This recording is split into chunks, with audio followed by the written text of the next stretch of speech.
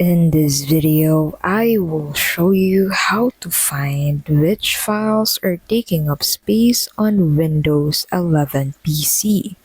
If your Windows 11 PC is running low on storage, here's how you can find which files are taking up space. So the first thing that you can do is to go ahead and open your settings by clicking Windows plus I on your keyboard. On your settings, go ahead and head over into the Systems section. Click on this and then go ahead and head over into the Storage section. So click on Storage. Wait for this to load, and under the Acer C section, you'll find the breakdown of storage usage by apps, documents, pictures, videos, temporary files, and so much more. So you can find the breakdown into this section.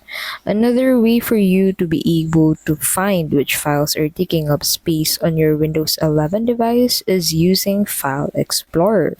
So what you can do to be able to find these files on File Explorer is to first open File Explorer by clicking on the Windows key and E on your keyboard. So in here, head over into this PC section. Click on this PC.